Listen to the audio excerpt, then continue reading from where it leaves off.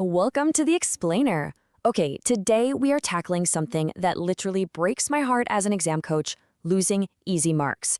If you're gearing up for the Cambridge AS Level Afrikaans exam, specifically focusing on those 20-30 essay topics covering human relationships, media, work, and leisure, well, you are exactly where you need to be. Listen, most students leave completely preventable marks just sitting on the table. But today, we're putting a hard stop to that. We are going to completely turn those grades around. So you really have to ask yourself, why does this happen? Why do students lose these easy marks? You know the drill. You study all the vocabulary, you completely understand the themes of human relationships or modern media, but then you get your paper back and the grades just don't reflect the effort. Well, here is the harsh truth. Average students absolutely fail to distinguish between key terminology. And worse, they completely ignore the structural demands of the grading rubric. It is not just about what you know in your head. It's about exactly how you prove what you know on the paper. To fix this, here is our roadmap for today.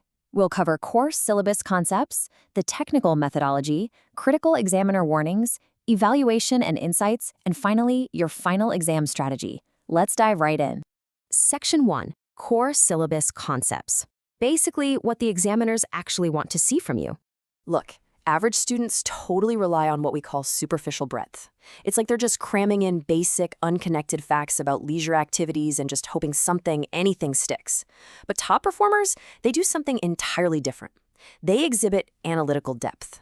They take core concepts and transfer them to completely unfamiliar contexts, which actually proves they have a deep, connected understanding of the academic benchmarks. It's a game changer. That conceptual understanding rests on three main pillars: precise definitions, clear causal relationships, and cross-syllabus integration. In fact, if you read the principal examiner reports, they consistently reveal a major secret.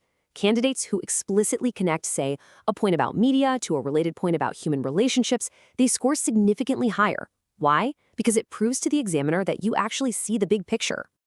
Moving on to Section 2, the technical methodology, or as I like to call it, the method mark strategy. You absolutely must secure your marks with systematic processing. We need to ground all that abstract theory we just talked about into an actionable, immediate need. Cambridge heavily awards marks for the actual process of data interpretation.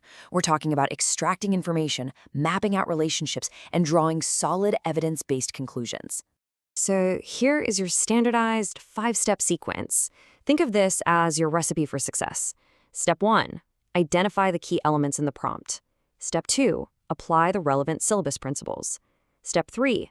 Execute your analysis and show crystal clear working. Step 4. Verify. Ask yourself, does this actually answer the prompt? And Step 5. Present it in the appropriate format. Listen, even if your final conclusion ends up missing the mark slightly, sticking to this system guarantees that you're picking up critical method marks every step of the way. All right, Section 3, Critical Examiner Warnings. This is all about avoiding those extremely common pitfalls. As a critical grade critic, let me tell you, these are literally the top 3 ways students sabotage their own grades. First up, confusing cause and effect. We see this all the time, especially with complex topics like how work impacts relationships. Second, ignoring format and presentation. Skipping proper headings or clear annotations, that is literally throwing away free points. And third, writing generic copy-paste answers instead of actually tailoring your knowledge to the specific context of the prompt. I want you to consider this an official examiner alert.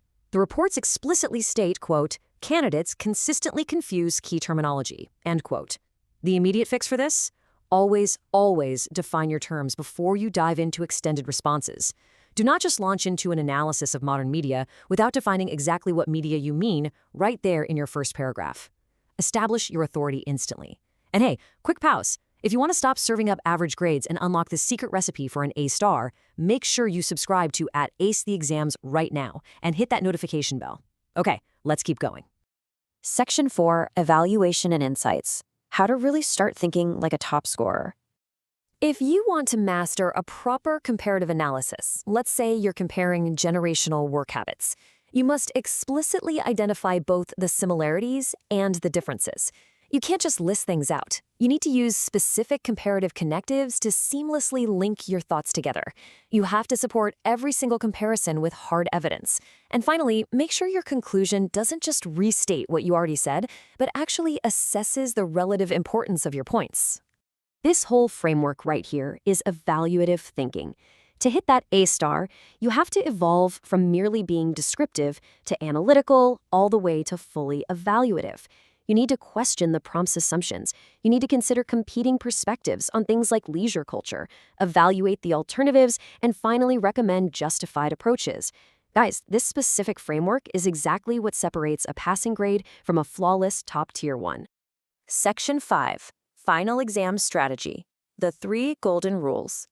Look, if you remember absolutely nothing else from this explainer, burn these 3 golden rules into your memory.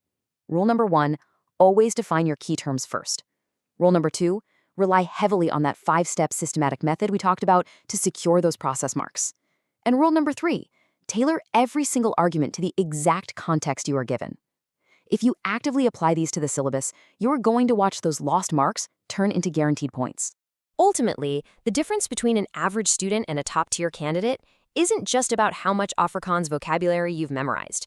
It's about whether you have the discipline to prove it systematically on paper. Are your essays just reciting facts, or are they engineered to extract every possible mark? I want to hear from you. Let us know down in the comments what subject and level you find the absolute hardest to prepare for. And remember, if you want to stop serving up average grades and unlock the secret recipes for A-star exam strategies, subscribe to @Ace the Exams and hit that notification bell so you never miss our next explainer. Keep studying smart, and we'll see you next time.